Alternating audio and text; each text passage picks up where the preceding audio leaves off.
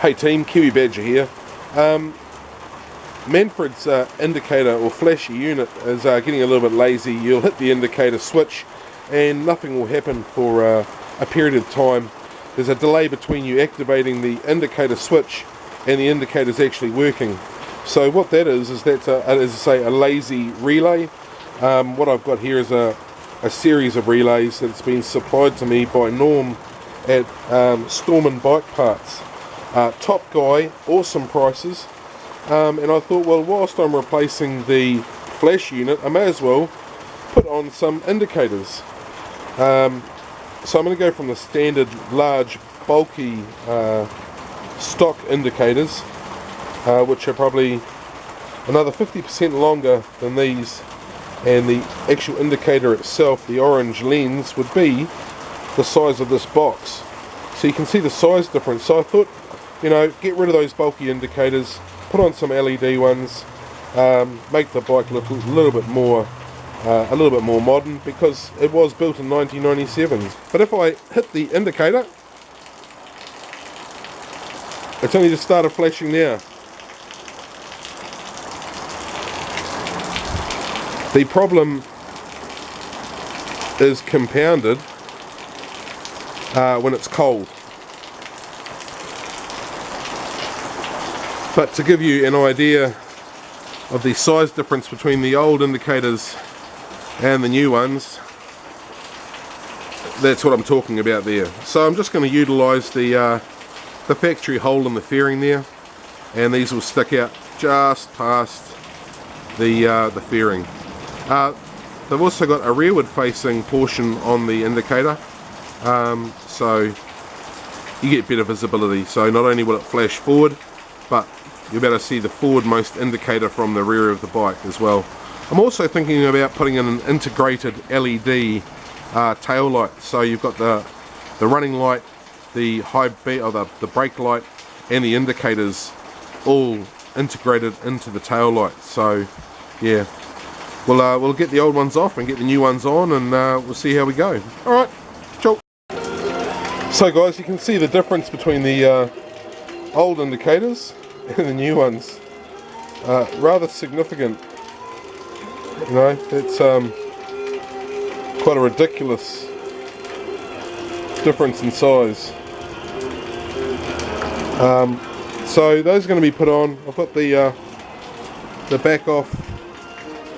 Here's the flasher unit here, a little relay. So I have to play with that and replace that with one of the other relays that Norm from Storm & Bike Parts gave me. By the way, if you're in New Zealand and you want some really competitively priced parts, then he's the man to see. He's a one-man operation, so he saves on overheads. These indicators are normally about $50 to $60 a pair. I got these for $20 a pair. What a great deal.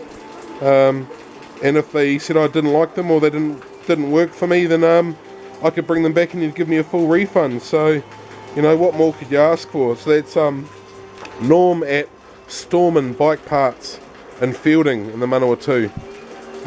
If you're in New Zealand, his phone number's on his website, Storm & Bike Parts, so go and have a look. Alright, cheers. So just a further illustration of the difference in size. I've left one of the original ones on there. That's the new one there. Quite a big difference. Right, we're making a little bit of progress, and I'm standing right in front of the bike. You can already see the difference. So there's the factory indicator, and I have installed the left-hand one. And there it is there. I had to use a spacer because if I didn't use a spacer, the indicator would be inside the fairing. But they're pretty bright, which is good.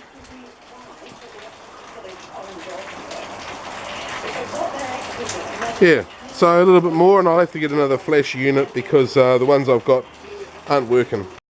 Okay, so they're all installed now.